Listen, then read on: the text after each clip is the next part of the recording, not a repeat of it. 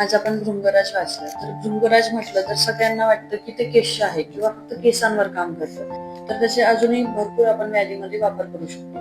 भृंगराज हे तिक्तकटू, उष्णकटू व तसेच लघु व वृक्ष गुणात्मक आहे आणि दोषावर ते वातग्न व कफग्न हे कार्य करते आणि धातूवर ते रक्तातील क्लेदांचा नाश करते, रक्ताग्नीचे दीपन हे कार्य करते. जर सूर्याव्रत हा व्याधी असेल तर आपण त्याच्यामध्ये भृंगराजाच्या पानाचा स्वरस हा शेळीच्या दुधासोबत मिक्स करून त्याचे नसे करू शकतो. भृंगराजचा केशपेक्षा यकृत लिहावृत्ती याच्यावर खूप चांगलं काम करतं. भृंगराज काय करतं, पित्तातील जी सांगता आहे ती कमी करतं आणि मग जे पित्ताचं उत्सर्जन ग्रहणीत होतं ते चांगल्या प्रकारे होतं आणि पाचक पित्ताची उत्पत्ती चांगल्या प्रकारे व्हायला लागते. त्यामुळे तुम्ही यकृत लिहावृत्ती असेल किंवा लिव्हरचा कुठलाही डिसीज असेल त्यामध्ये भृंगराज वापरलं तर त्याचे खूप चांगले फायदे तुम्हाला दिसून येतात. आणि यासोबतच केश काम तुम्हाला करायचं असेल तर ज्या ठिकाणी अवरोधात्मक संप्राप्ती आहे किंवा रोम खूप अवरोध झालेला आहे तर त्या ठिकाणी जर तुम्ही भृंगराज वापरलं तर त्याचे तुम्हाला फायदे दिसून येतील.